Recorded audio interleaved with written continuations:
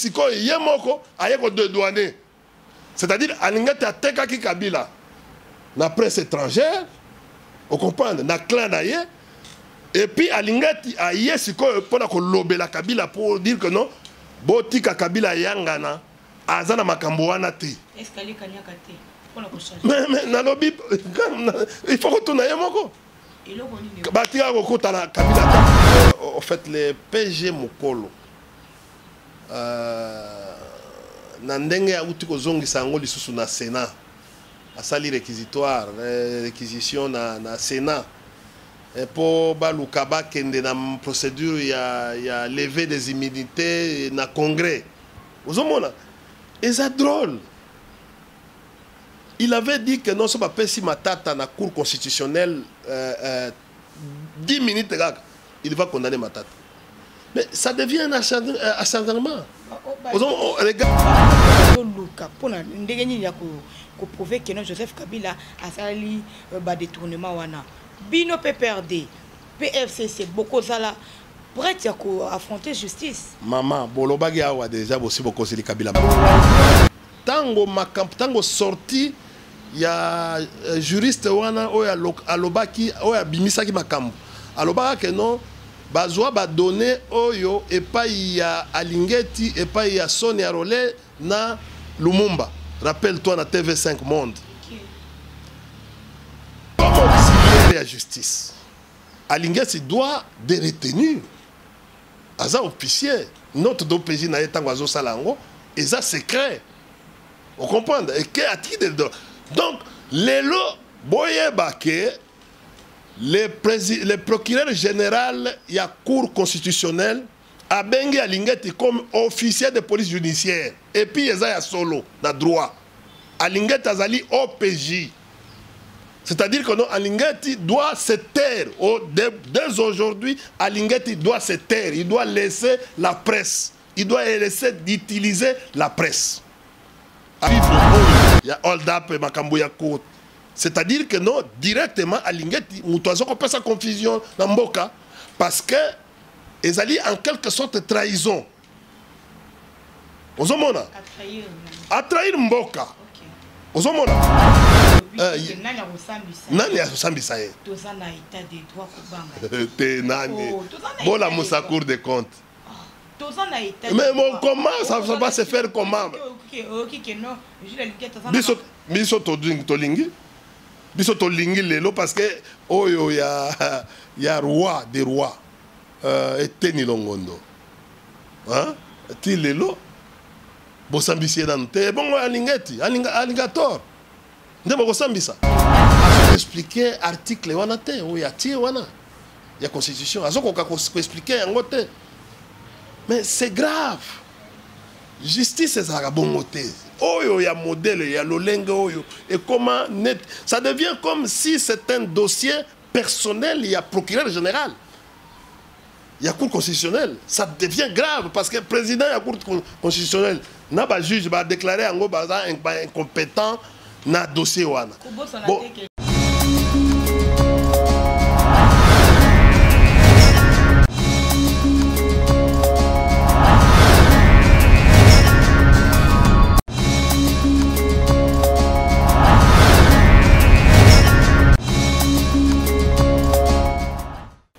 Mbote bande konyoso bozuli baku ya kolanda biso en direct ya Vision News Télévision na émission na bino bolingaka mingi masolo ya mboka oezala bongo présenté na ngawa bino Cadette Monswamba Sugashu la patriote et singo ezali mingi koyeba ki boza vraiment branché na chaîne na bino bolingaka mingi lelo to yambeli bino kolandisa kaka posa na bino ndenge bosengaki toyele susu epa ya Kulutu India Omari netina kobeta na ye masolo mai matali politique na sujet oyo bosengaki bien sûr to lobelango na ye na dossier ya hold up o Italie JKK hein les raïs et puis les solo ya bloc patriotique au wapi basango basili ko meka ko changer langage s'occuper bakabwani to pe basakaka ensemble na kati ya bloc yango alors na seng na bino bozala toujours branché boye banini oyo Kulutu ako développer na kati ya émission na biso ya mokolo malelo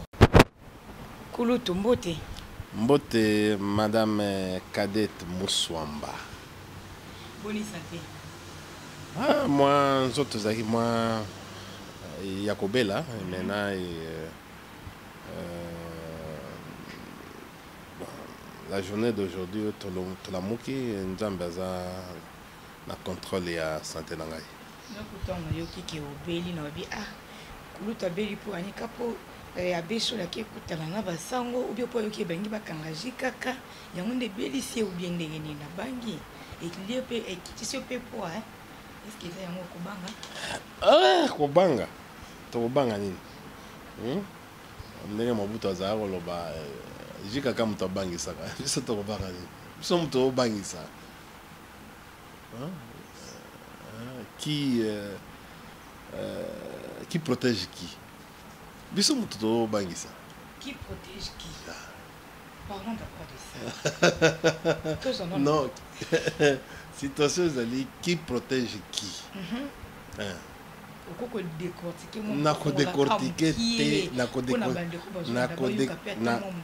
Naza politologue, naza sociologue, nazali internationaliste, nazali mutabazamba, muta environnement, naza babiloko belé, nasala babiloko belé.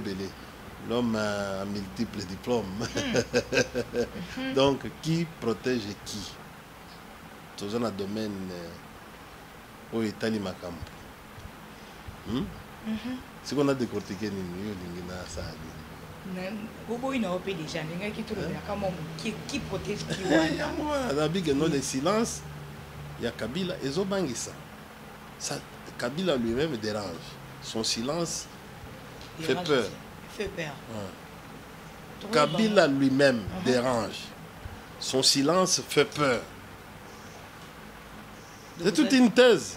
Vous assurez on a pu nommer. Biso, oh ben comment? Tant que tu tambola gawa, tu assures on a biso nyos, biso moko. La meilleure, même si tu vas aux États-Unis, tu vas ailleurs, la meilleure sécurité commence par Yomoko. Il faut avoir la confiance dans Yomoko. Nous, on nous dit toujours dans la stratégie qu'il faut avoir même peur de son propre ombre. C'est-à-dire ombre et koko bomisayo. Koko bomayo. Et ça na mundu qui te zana iloko. Ozo que na zamba ti ce que za na distraction muke o moni ombre ou surtout qui ne kasi mutazo landea. Ou piquer pe crise OK. C'est-à-dire que non dans la vie d'ailleurs ce que au côté mingi dans ma vie il y a stratégie.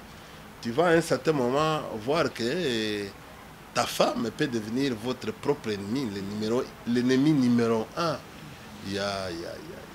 Et c'est pour cela que non, quand on développe, on a une idée sur la sécurité, bon, les renseignements. Hein, c'est à partir de là où le développement commence. Ce n'est pas du genre où Bino Bozali. Quelqu'un qui est dans les renseignements, il n'arrête pas. Il est là, net pour réfléchir. Les renseignements, comme à Nabapoto, ils allaient net bureau d'études. C'est comme ça que nous, on développe les études et analyses. Regarde, par exemple, les jours où je serai Premier ministre dans ce pays, je vais faire à ce que le ministre des Affaires étrangères... Oui. Le jour où je serai le Premier ministre dans ce pays, pas Premier ministre et à dans le bureau, hein, comme nous sommes en train de vivre, non.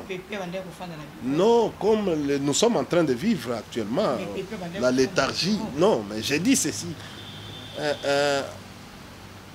Un Premier ministre des dossiers.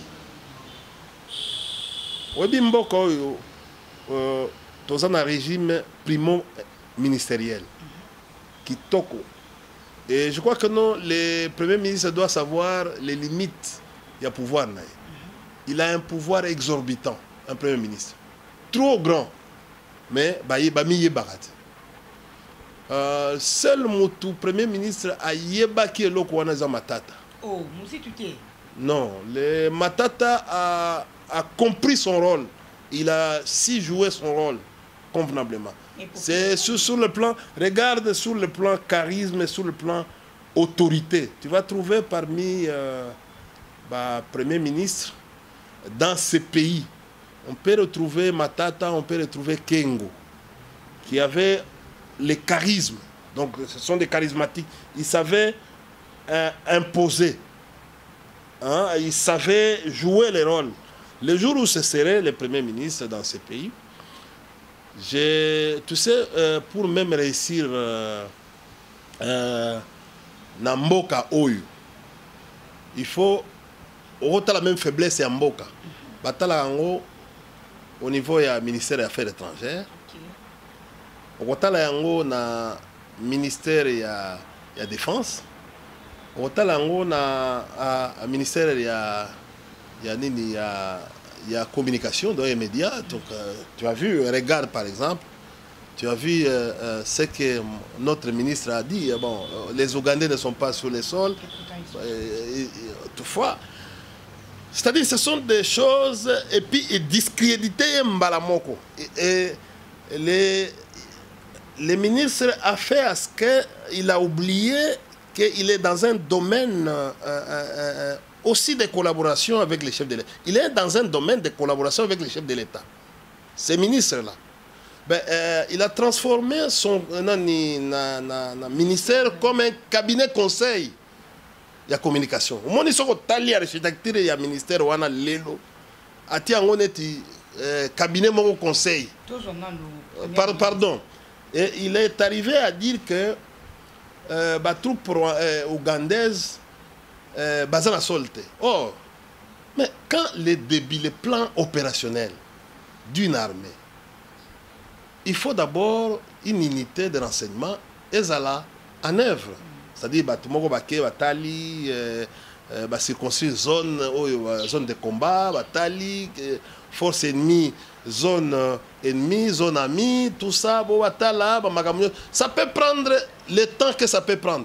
Et le ministre a oublié encore, pardon, que l'Ouganda, les Ougandais sont toujours dans notre sol depuis 1985. Bazaganabiso. Oh, Nalou. Na ADF ezali na mboka na biso depuis 1995. Bazalaka toujours na mboka na biso. Ba Ougandais. Et puis, soko tali mapping, rapport mapping, tu vas trouver que certains officiers exploitent cette zone. Rappelez-vous de Ngwanda. Mobutu avait confié la mission pour Balusa, hein, Ngwanda, pour Makambo Italie Rwanda, dans Uganda. Tu vas trouver que non. Cette zone-là était une zone qui était constituée comme zone il y a vente, il y a achat, il y a armes. Rappelez-vous de l'histoire, il y a un Congolou, Mobutu, qui nageait dans cet endroit et Angola. Donc, c'est une zone qui est réputée comme zone de trafic d'armes. C'est-à-dire les ministres devaient avoir, apparemment, à côté du ministère, ils devaient apprendre. Ils devaient tout le temps être avec le ministre de la Défense parce que nous avons une guerre, être avec les batounettes, travailler dans ANER, travailler dans DEMIA. C'est-à-dire, en fait, état-major renseignement militaire, il fallait Azalana Bango pour y apprendre. À apprendre parce qu'il sera obligé. Au moins, il y a un combat lobby. Mais il doit expliquer. Si moi j'étais à sa place, dans même dans le plateau, dans RTNC, et dans les scientifiques, comment ça se fait dans France Inter, dans Nini, tout ça, expliquer qu'ils accompagnent, qu'ils essayent d'accompagner la guerre pour que tout le monde ait un go. Ils attendent que nous flatter, oh non, biso, non, on doit expliquer la stratégie, comment accompagner, parce que la guerre, il y a l'élo, comment la guerre psychologique. On doit expliquer les bavures, par exemple, les dégâts collatéraux, comment les minimiser et comment affronter les dégâts.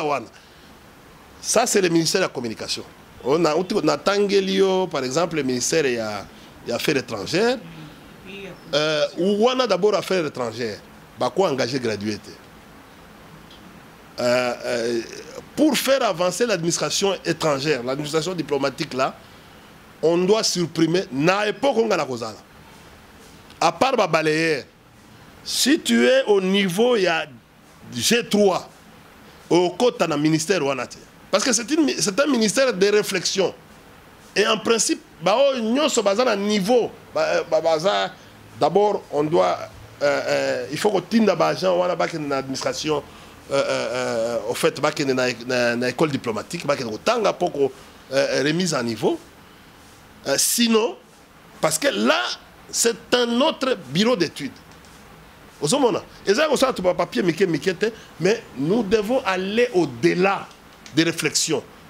Défense, c'est la même chose. Service, par exemple, d'un renseignement, il faut aussi tabler. Laisser à la police de faire le travail en sécurité. Hein, parce qu'il n'y a pas de menace. Je ne représente aucune menace. Ce n'est pas ce service-là où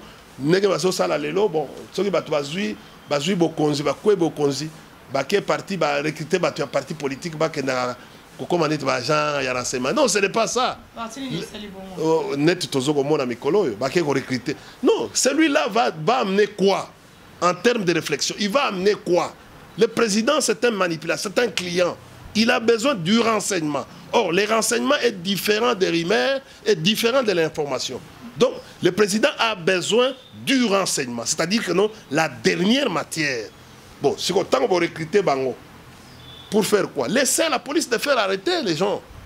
Et c'est pour cela que non, à l'époque, tu as vu, après nos observations, le président Kabila a humanisé les services. Il avait demandé pour permettre à ce que le service ou un renseignement et analyse et les études. Vous comprenez? Vous comprenez? Dans le matissa enveloppe, il y a un service de renseignement. Et même les salaires, c'est-à-dire que non, tout celui qui va aller au service de renseignement, parce que les renseignements, c'est l'argent. Ça s'achète. Vous avez une réflexion intellectuelle avec des professeurs d'université. Nous avons créé des chests pour que matissa mboka. Chests de wana yomona kawana, ezali pona école wana ezali pona ko matissa, c'est-à-dire on forme et les professeurs, et les civils, et les militaires, comme on a degré, il y a stratégie. Même un militaire qui était dans les stades opérationnels, en matana stade, il y a stratégie. Donc, tout est à un niveau, net problème, tout dans la guerre, on peut associer les grands professeurs d'université pour par rapport au plan opérationnel ou dans les déroulés, il y a opération militaire. Maintenant, domaine écologique, toki mamba usima ya honga. Tobeta lisolo ya hot top, dossier hot top. Lelo oyo, na peut so boza ciblé ou bien ndengeni. PPRD, tout le monde ngambo sur premier ministre, l'ancien premier ministre Matata Pone, azana dossier de justice. L'ex-président Joseph Kabila, il est pas dissous. Dossier n'a rien de grand dossier là, nous avons comme déclaré prison ciel ouvert, azan bloqué par-ci par-là. Donc, Yemoko a se déclaré dans le ciel ouvert en tant qu'il y a un lobby na tweet Moko a se déclaré à ciel ouvert azan bloqué par-ci par-là. Yemoko monique non et comment ça il a dossier moko politique exactement. Parce que moi, je ne pense pas qu'un dossier qui a été, par exemple, jugé au niveau de la cassation comme la cassation, qui n'est pas incompétent. Incompétent. Le dossier est à Chibala. Donc, il faut juger en côté parce que cour de cassation, Matata a sali un sénateur, mais a sali un mandat oyote. Vous comprenez? Le juge qui non, le dossier est à un niveau na bangote. Je pense que en fait, le PG Mokolo, Nandenge a outi kozongi sango lisusu na Sénat, a sali réquisitoire, réquisition na Sénat, et pour balukaba kende na procédure il y a levé des immunités na Congrès. Vous avez et c'est drôle. Il avait dit que non, ce n'est pas si Matata na Cour constitutionnelle 10 minutes, il va condamner Matata. Mais ça devient un acharnement. Regardez même dans son réquisition. Azo expliqué article wana te ou ya tie wana ya constitution azo ko expliquer yango te. Mais c'est grave. Justice c'est ça bongo te. Oyo ya modèle ya lolenge oyo et comment net ça devient comme si c'est un dossier personnel, il y a procureur général. Il y a cour constitutionnelle, ça devient grave parce que le président de la cour constitutionnelle n'a pas juge va déclarer en gros incompétent na dossier wana. Bon, biso totika justice ya mututa, tala dossier ya moye général basali yango. Ce qui est abiloko ya boye, ça ne sert à rien. Et comment est-ce qu'on a dégoût? Oh justice ya le lengeni. Oh justice ya le lengeni.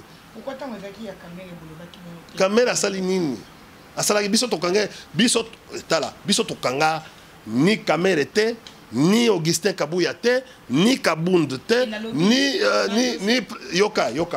Il y avait des dossiers du genre rébellion, tout ça, on n'avait jamais arrêté quelqu'un. On voyait, on n'avait jamais arrêté quelqu'un. Papa Lerakala, Papa Nabiso, Etienne Tshisekedi avait président Kabila, président de la République. Alobi bokangela ngai boyela ngai. Soki ezalaki mikolo yo lobi kaka ke no bokangela ngai boyela ngai. Et au comment outrage ou quoi, on viendra directement vous tenir. Biso Tozaki, tu sais Kabila avait l'humanisme. Kabila n'était pas quelqu'un qui était excité. Oh que non lelo ba fingio yo non bokangaye bo salaye. Non. Nous ça nous reconnaissons que na période na biso batumbususu oyo to tiaki bango bazaki na bango excès. Ba excès des ailes. Ba ko sala mbiloko mususu même ba soldat policier mususu ba ki na comportement mususu. D'ailleurs, ce comportement aujourd'hui est exagéré. Hein?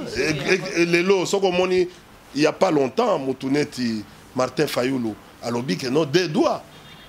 Vous comprenez? À l'objet des doigts pour la nuit. C'est-à-dire que non, mais nous, on a vécu. Je viens de perdre mes deux téléphones et l'argent, mon porte-monnaie dans la cité, lundi passé. C'est-à-dire que non, oui. Mais il faut la vivre. Nous vivra yango na brigade mobile. Tant que biso tozalaki na parti wana. Tant que tozalaki na kibasa. Vous comprenez? Na vivra yango ba petio ba omoni ba petio ba zolo baloba biso to mona bango te non gaz na mbula esala ye loko te d'abord gaz na yoka na bisa yo lelo gaz esilaki ba beta masasi esilaki gaz esilaki ba beta masasi ba beta de balles réelles oh mais finalement écoutez quel est le but ezalaka ya ba city noir ou marche. Ils allaient faire passer les messages. Est-ce que le message a été passé? C'est normalement parce que le film a été même répercuté à travers le monde. Les images, c'est ça l'objectif. Mais il y a un objectif, c'est un moutou, par exemple, à côté de la prison, à l'objet, guerre de faim. Et ça pour tous les jours, tu as 3 ou 4 jours, mais filmer, commenter. Aujourd'hui, c'est la communication. Notre objectif, c'était d'aller. Et puis, tu as commis la CENI. Tokoti toyebi kisasa tokoma kitira seni. Mais yango c'était l'objectif. Toyebi sa bango tokoma. To surtout que c'est bango bazana mbula biso tokomi. Au moni bite ya city ne zaga même 2 personnes. Net balucha wana. Bazaka beleta mais il est jeune. Vous comprenez? Il est petit nanga mutamba. Constant. Aza soki na combien de personnes zaga la biloko wana boye bokangi objectif. Exact. C'est-à-dire que non, même qu'est-ce qui va se passer? Na longo kaka awa na 15 ou 16 personnes na kenango, ceux qui na keko se prendre bango na seni. Souci dans moi ils ba kanganga ezala événement, c'est ça le. Mais c'est ça l'objectif, c'est ba kanganga ezala événement ba yeba que non, c'est le pouvoir en matière des droits de l'homme, j'ai exprimé ma liberté, mais ba yeko kanganga. Et c'est ça l'objectif, ezala que non, OK kuna obandi ko non non, ce n'est pas Kotumba. L'opposition yakala ezaki ko bazaki ko vandaliser batuna biso o ya limité bazaki ko ya so ba ye ba bomi mutu bomi buki biloko batu yibi basali mabe tout ça c'était ça ozomona bango bazako mona wana neti biso to parce que ezali bango tam susu na yebite eza peut-être na cadre la légitime défense omoni tango ozoboma policier iya za na munduki regardez notre regardez la différence entre les marches qui s'est passé avec les marches qui oyabiso eza discipline to sala marche le 13 tala na tronçon ti na 20 mai to aki na sodate nous-mêmes on a touché à personne, on a touché au bien ni à Batou, ni à même Bakaliko. Tu touché Moutoukaté, tu touché. Dans le temps, c'était une marche comme ça. Il faut battre Koufa. Il faut aller provoquer les policiers. Nous disons, la police, c'est notre œuvre. Qui a créé la police? Et ça me faisait. Et ça œuvre na biso. Bateau nous sommes dans la police, par exemple, na biso. Bon, biso to kozwa bango ba ennemi ponani. Vous comprenez? Il y a un mariage entre biso batu ya opposition à Mikolo na bango. Vous comprenez? Parce que tous on a besoin de bango te. Tout ko benga bango ba ya encadrer biso mais bazo tozo faciliter bango musala. Mais soki mukolo to bandi ko attaquer police. Asa okomona ba dégâts oyo za komona wana mama cadette okomona yango. Parce que policier peut akomiti kate akoloba ke non ngana za na munduki civil oyo ya konindi. Je vais faire ce qu'on appelle les self de défense. Je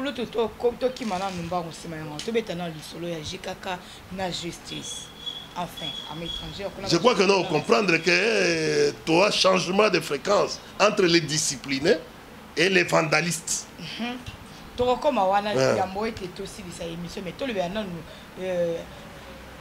Justice oyo esili ko ciblé JKK.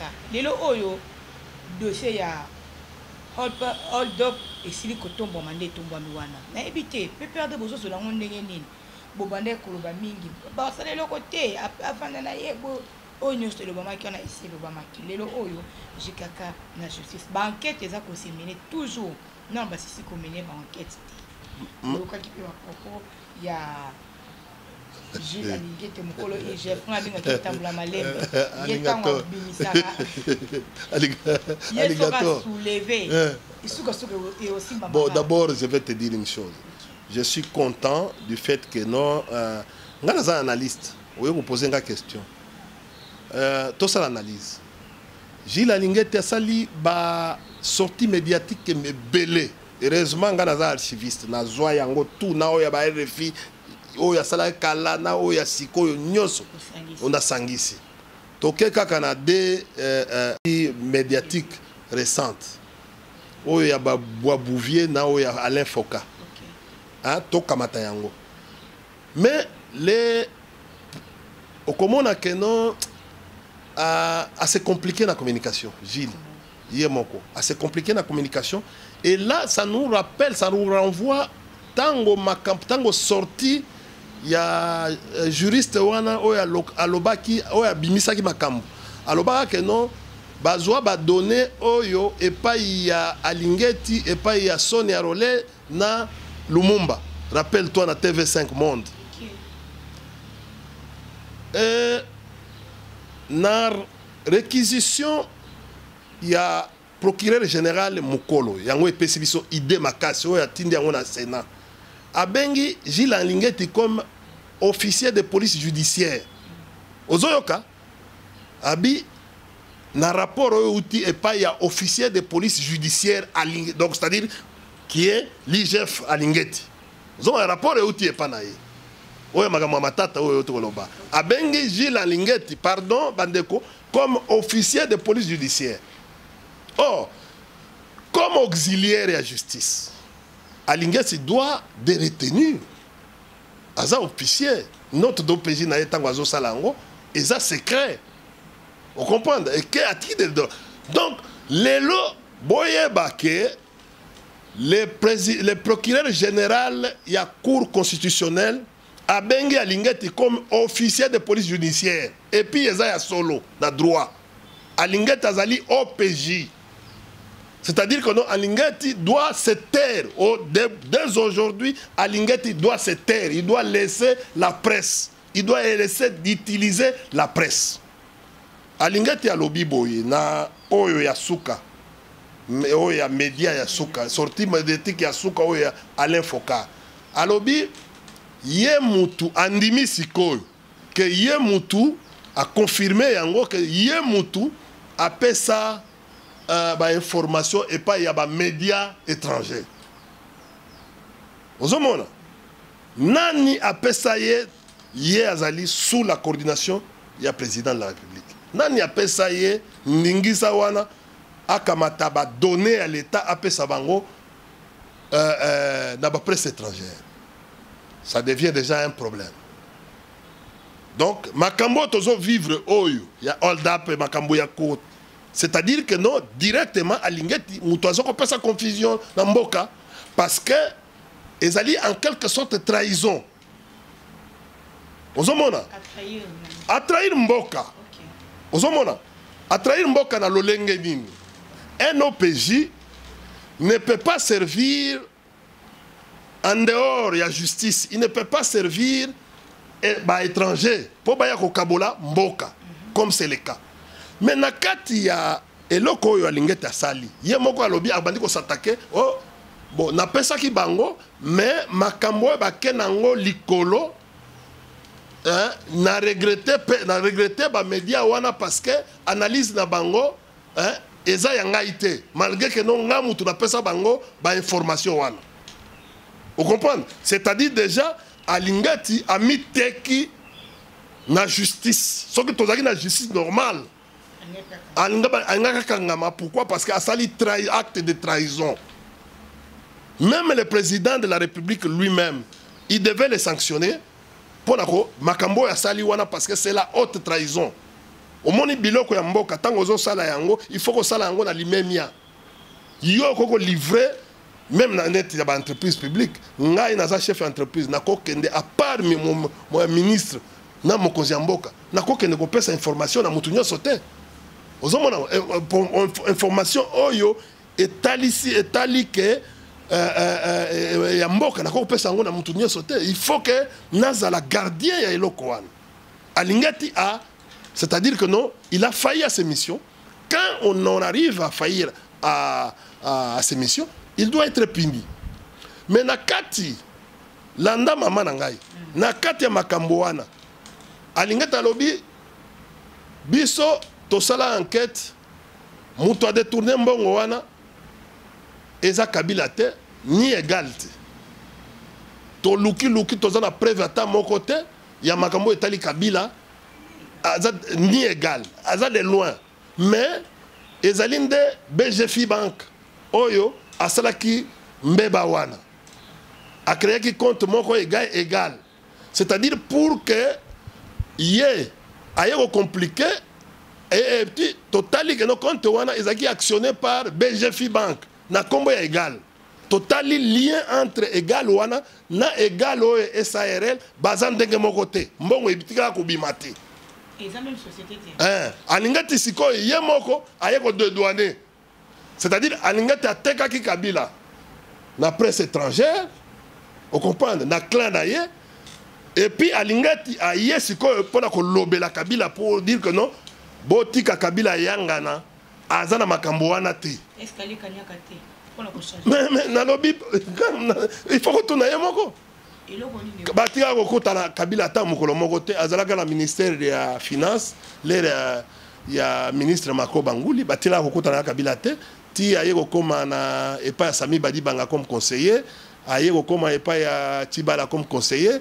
Aye ko kende ba recommander na IDP c'est pas ya directeur du cabinet oya sika et pas ya ministre dans kombo na oya Kassia comme directeur du cabinet kuna atira kokuta na Kabila teti lelo bon ye moko amoni et comme danger tango ayo ko bima na Alain Foka avant-hier aye moko amoni que non eza danger oyo nazo pourquoi parce que nazo komitia et cause à la plus tard imputation dommageable vous comprenez parce que au moni eloko asali mabe asali mabe eza kondima que non ye nde muto bengaka ba presse wana étrangère ba yé na bureau na bango apesi bango ba donner mais à comprendre le temps ba donner o apesa ki bango et changer les sous pour na ko incriminer bato mosusu.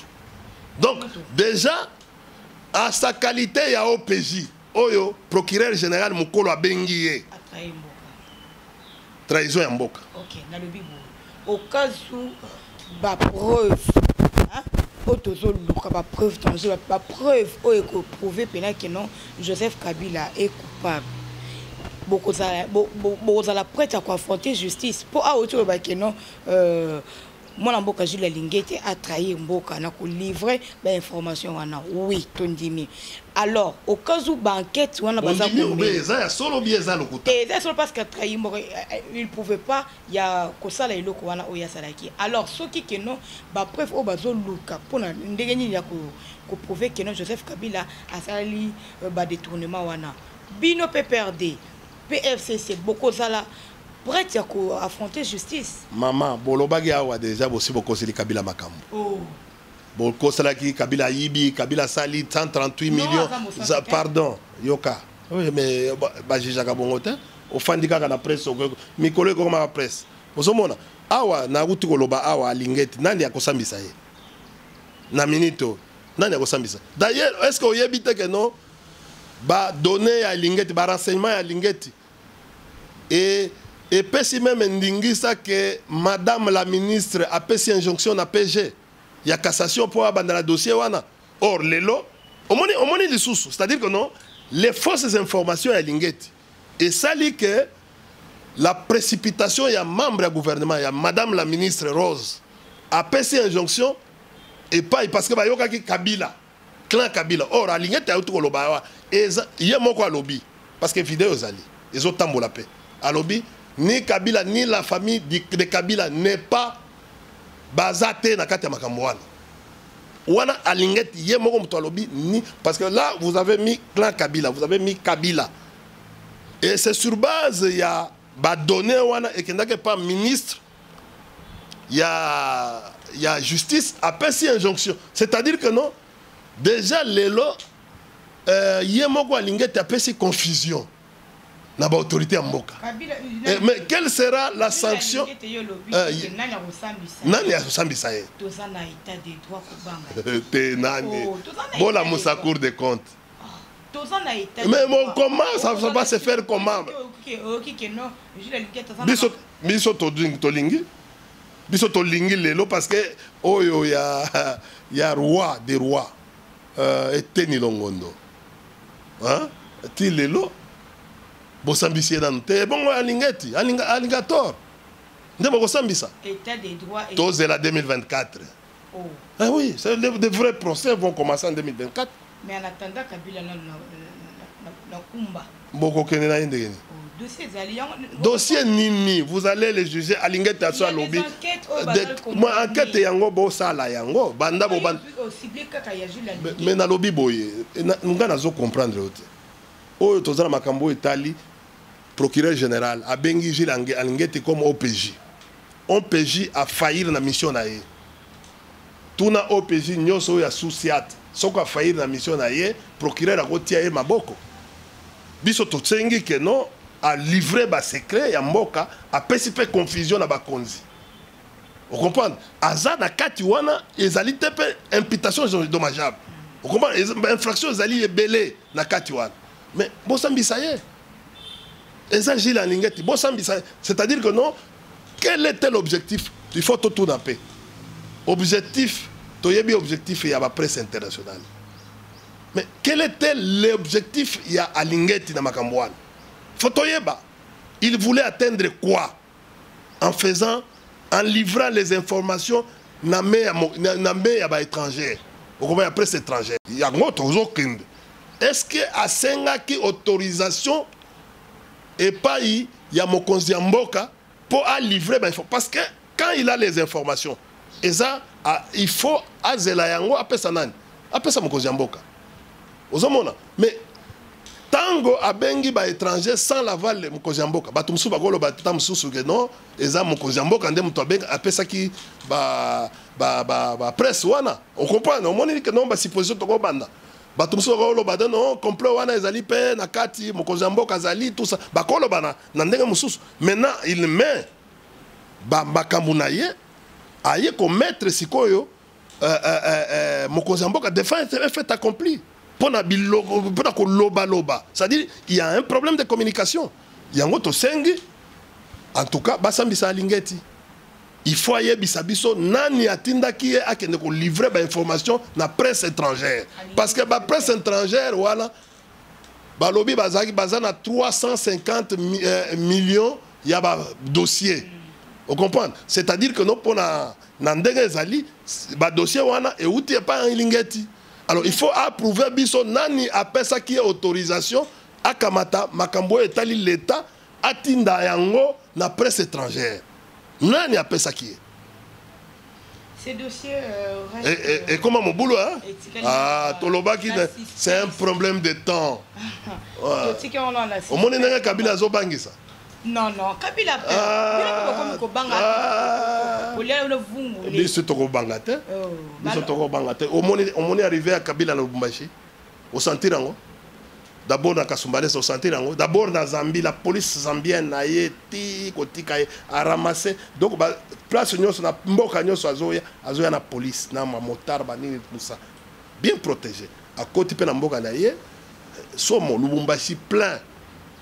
Bino bozela ye na Kashamata. Mais à côté mususu. Mais non mais na l'émission. Mais problème est athée. Problème est athée. Biso to banga kailo kwana te bobandi ba menace wana depuis 2019. Mais l'autre comment c'est la prochaine élection. Un homme d'État est différent d'un homme politique. Un homme, attendez, un homme d'État est différent d'un homme. Un homme politique, hein, quand il arrive au pouvoir aujourd'hui, il commence à penser comment remplir le lobby, à avoir élection. Au monde mais un homme d'État, quand il arrive au pouvoir, il multiplie, il commence à dire bon, narcotique anini pour la génération future. Hein? Kabila tiki pon Luange. Les autres ont un motard et belé à Wanakishasa. Bazo pèse ordre. Non, et puis Moutouta, Nalobi, les lots. Kabila tiki pon Luange. Mais comment pour la bima nani muswamba pour koya na kisasa tozao na Luange wana batu bazao kufa mingi bakufa resuta hein vous comprenez olungili so Kabila tiki pozo Mobutu atiki lebiso maréchal Kabila atiki lebiso pozo Mobutu atiki nani elogo ni oyo atiki nani palais du peuple Kabila sali ngambo kuna Ngambo. Non, Ngambo, Ngambo a parlé du peuple. D'abord, Ngambo a parlé du peuple. Tout ça même la misère nationale. Ngambo a parlé du peuple. Bino Botikani. Depuis Boya, quand on conflit, conflit. Botikani. Botikani, Tizengu. Au bout, ça a été que Kabila sali 18 ans et puis juste 3 ans et pas bâti. Tout ça, il m'a belé, tout réunifié. 3 ans. Bino Bo. Total la Marambo est okende. Bino bobengi ba Uganda ta. Bino po kotia ba Rwanda. Biso to kotia ba Rwanda ta. Oh. To kotia. Biso to silisa makambo etali FDLR. Font comme fin. Uganda ba ye pour la soutenir quand même FRDC na bitumba wana malgré tozo lo belango penati ngonga Cécile pena kokima. Bino po kotia ba Rwanda o bazo kamba. Bazo ko kobima soteti lelo o bazo boma ba Congolais chaque jour. Le jour où tu comprendras ça, okoyeba que non biso to kotsa barwandete muto akotsa barwandete akati mboka oyo ayebani kombo na ye Mobutu CCC ko kukungwendu wazabanga ba intiramwe kengo wadondo video na soko yo yeba politique te video na ye aboya gouvernement kengo aboya Mobutu ayeko tika barwande wapi na frontière siko barwande tango biso to ye na fidèle barwande wana souci na bango ezali kaka baya koluka barwande ba intiramwe wana partout makambo wana ti lelo tango Mobutu atia zone wana o zone lelo tozo bunda bato ba ko bunda wana esali lelo ba terrorisme c'est l'œuvre du maréchal Mobutu parce que wana ezali zone ngai na Gérard Park c'est l'endroit où il y a les ventes de bah achat et armes et vente contre diamant, contre or. Les Ougandais qui sont arrivés là-bas, bah y est pour la nine. Toute guerre est économique. Toute guerre, c'est pour les intérêts. Les Ougandais ne viennent pas parce que les beaux et les Congolais, bah y est un objectif d'Abango qui sont contraires à l'objectif d'Abino. Tozal, délai il y a Makamboa, ils ont combien? Bah y est pour ce jour à combien de jours? D'abord, pour ce jour, il y a combien de jours? C'est combien? Il faut que ça soit délai, ça combien? Un mois. État de siège, ils ont délai. Ils ont un mois renouvelable, 15. Ils ont combien de jours? Faut y aller. Contrat, ils ont combien de jours? Vous comprenez? Parce que là, il est sous contrat, il y a la route Bunagana. Tilelo, route wana et baninante parce que contrat où il y a diamant.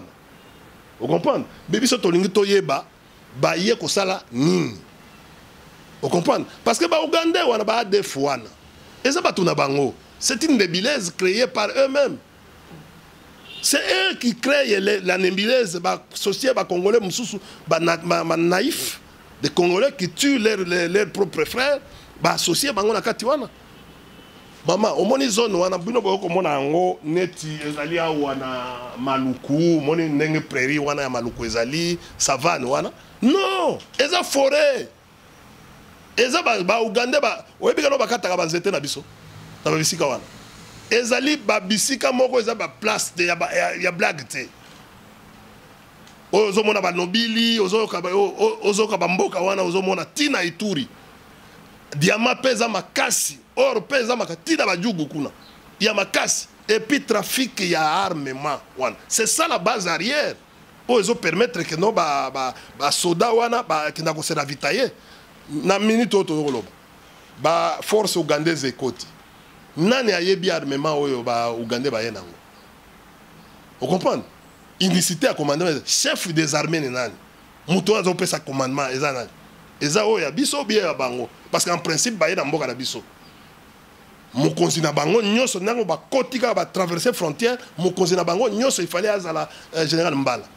C'est lui qui devait présenter le plan opérationnel pour la attaque. Tozali na Arménie, tozali na 16 états na kati oyo.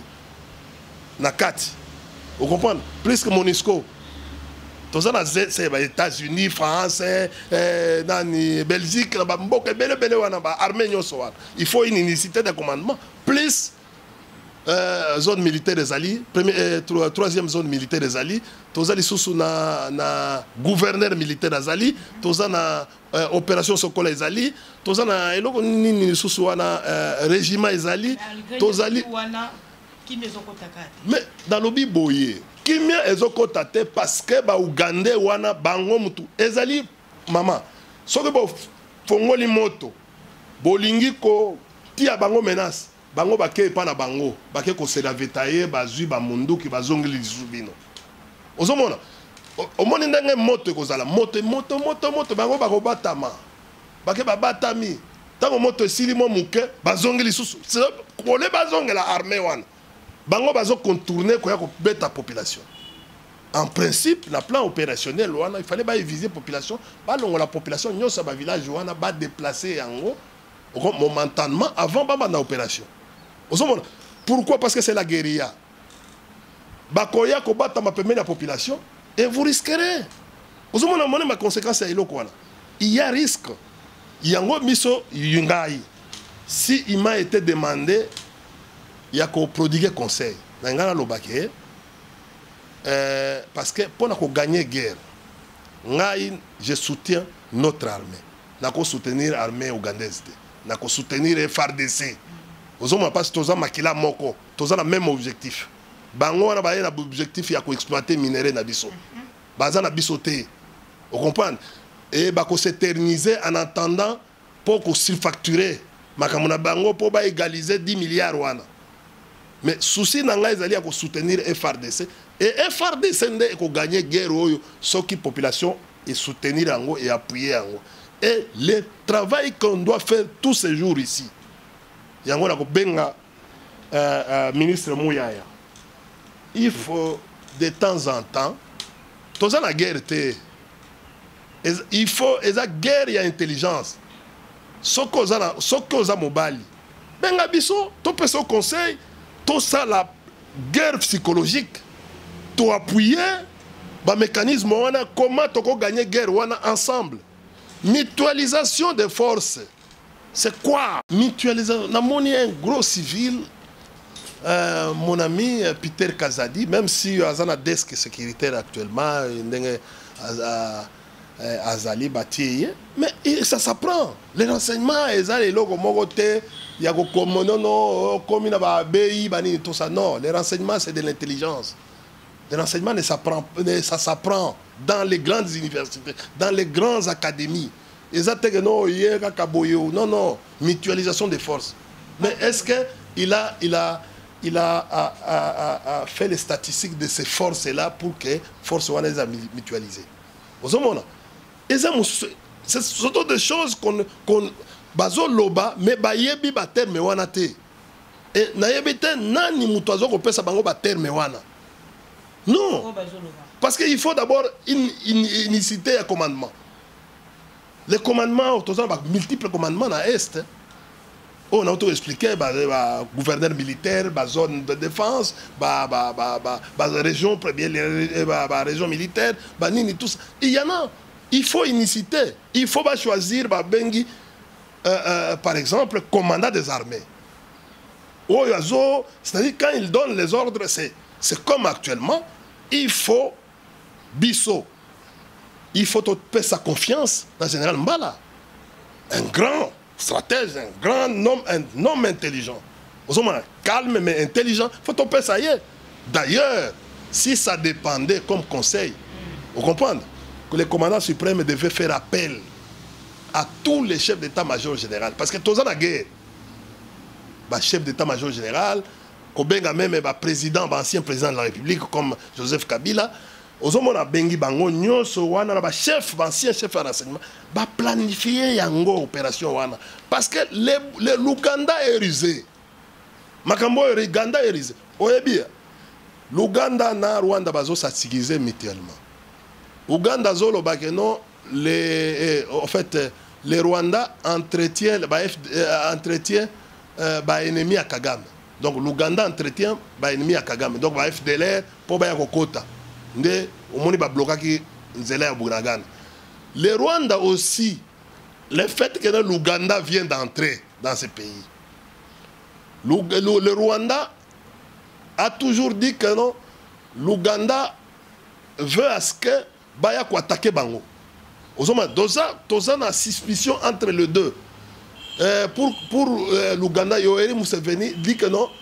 Au moni ba officier na yewana ba o batangala Kagame basé belé kuna na Ouganda. Kagame est en train de profiter de peaufiner des stratégies pour ba officier wana ba attaquer Museveni. Or soko tali na rapport mapping tous ces officiers ougandais ba sala kaka ba transaction na bango, c'est-à-dire ba vente d'armes, ba biloko ebele, ba exploitation ya diamant ya or kaka na zone wana. Ozomona. Donc on ne sait pas et en plus de ça toko vivre lelo dans la discussion entre Peter Pan et l'ambassadeur de la Chine. C'est-à-dire que non, nous devons faire attention. L'exime banque, qui doit être utilisée comme une banque pour financer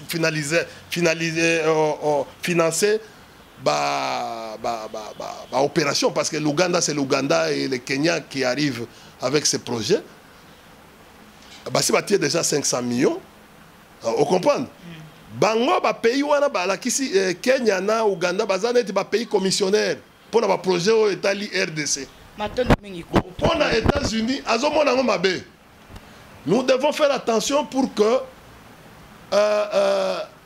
qu'il n'y ait pas une confrontation na mboka na biso comme c'est passé à Kisangani. C'est-à-dire entre les deux puissances, donc la Chine et les États-Unis, il faut s'affronter dans le mboka na biso par des guerres de procuration. Et nous devons faire attention. Il faut qu'il y ait beaucoup d'intelligence. Sinon, nous allons regretter la guerre en fait par exploit Yamouze parce que oyebi mboka ezongi na sima makasi makambo. Heureusement yo moko o reconnaître que mboka ezongi na sima. Oui, toza pena na suka pena. Suka pena mama o moyen te. Na pas Pasi pe mawa. Nyoso kaka bino. Nzala pe koti na mboka ya kosakana. Nyoso ngana na kisakana ngaka bino. Kulu tutokomi na suka ya émission na biso. Okoloba juste en un mot kaka à propos ya ba propos oyo abeso les côté à lobby était ba parti politique bo se prendre en charge bo tika côté espoir na bino na église catholique to PSC pour la makambo o Italie politique bambate bango baza a politique anemo kaka okoki koloba nini to parce que to sisi déjà madame eloko na ngala lobaki no makambo Italie aéroport à Goma d'abord donc kaka mutualisation donc rapprochement à deux territoires il faut interroger l'article 214 moi je pense que non il faut que le peuple se prononce par rapport à ça. Oyoki, bâti direction générale, il y a Mboka wana, il y a entreprise Mboka wana, et Soki Rwanda, na Goma. Donc il faut qu'ozongi ça, il faut interroger, c'est-à-dire ça va passer par la voie référendaire. Donc ils ont faute à makasi. Bon, oyo tali makambo d'abord na regretta ki makasi tango nazoyo ka neni abeshole azo trembler ba petit wana ba lengisi ba azo loba azo vraiment na lobby vraiment te et puis akoloba ba laïque effectivement to travailler na ba laïque mais ba pekisi ba laïque te to travailler na ba mupete to travailler na ba laïque c'est le travail des laïcs. Bon ina Mama d'après to bandawa na mona prêtre-traité aye ko sala biso na to sala biso no to mobilizaka ezala biso ba PPRD FCC ezala la muka muto mobilizaka. Bon, ce n'est pas notre affaire. Biso to tali bangote. Nous sommes, moi je suis laïque catholique. Vous comprenez? Et il y en a beaucoup. Et tali bisote. Vous comprenez? To bandaki makambo soki muto tali no mbebo donc apakoli ma mafuta et tali ya lobi bo non, je crois que le langage est clair. Mutu tout à comprendre que objectif ezali dégager ka tango ayo loba et ko réfléchir que non objectif na mémoire bango objectif ezali ko kende. Comme bah se retirer dans makambo italien confession religieuse. Puis tout le monde makambo ma bête. La lutte continue. To kotika la taba tumi balé to continuer kaka ti tozo chasser dictature. Parce que ndenge zali awa. Déjà mbujima iwana ezo lenga. Bosali eloko te na mbujima. Et pas ba maman cadette Muswamba. Vous comprenez? Bosali eloko te chikapa bosali eloko te. Mutu aussi raté pas ya liboso. La course. Mais je ne vois pas qu'est-ce que ce régime ici aujourd'hui va multiplier. Je ne sais pas s'il va rêver quoi aujourd'hui. Naïebite. Message clé. Vous comprenez? Naïebi message yango wana mboka koufi. Mboka ba tekipe. Vous comprenez? Tozo tokubandi kokende makambo tozo kende. Mboka koufi. Et koufi nazali sous la population les mboka koufi. Moyen te maka ambassadeur ba oto bisa ba délégué au bakenda ko tala bango. Babi mboka kufi makambu ezaka ka mbilinga mboka ezana yiki bon moyen te omoni etikali kaka tala mamba balinge to botangi kabila lobi bo sali rétropédalage et comme tango muto akamati omona tango biso to geraki omona ka ba papier na ba presse internationale ba document oyo baza document classifié dossier bokotika bokozonga esu temps parce que ndeko na yo alingeta asi alobi ke non asi adédouané ayebi kutu abi non na enquête wana jamais komba kabila et puis doit tomoni komba kabila eza te depuis babandaka tout au début batie ndeko tia clan wana lelo alingeta alobi clan wana eza te kutu kosala allusion na clan wana te. Et puis montant, t'as ma montant et belé 350 ya Covid, biloko il y a 500 millions, il y a nini il y a 100 jours. Mais pour ne pas consommer ça en hôtel. Avec le temps. Makambo il y a 16 camions na Lualaba. Oh il y a minéraux. Mais moi si on va y bien. Pour ne pas consommer ça en hôtel. Alingeti, il y a un dossier. Georges Kapiamba. Dossier ezananu. Dossier mususu izali na ministère ya finance. Na lobi non bako bomba ba fongola makambo oyi scandale na boni bandeko balandi tokomi na suka ya émission na biso malgré tu exagérer vraiment na ngonga lelo beau partager vidéo beau landa yango vraiment comme il faut beau faire kolandisa pe ba misusu o bazolanda te na ngonga o beau s'abonner massivement beau like pe beau comme ba suggestion na bino na se ya ba écran to pe ba téléphone to kozanga te ko tanga yango. C'était la cadette Moussamba avec l'émission Masolo Yamboka. Quant à moi je vous dis un grand merci. Derrière les caméras c'était la Béni Dinganga, l'homme à la taille charismatique. Sans oublier mon sponsor crédible, merci Dibasola pour tes conseils. Et aussi l'homme des étoiles, sponsor excellent de l'émission émission Basolo Yamboka. À la prochaine. Bye.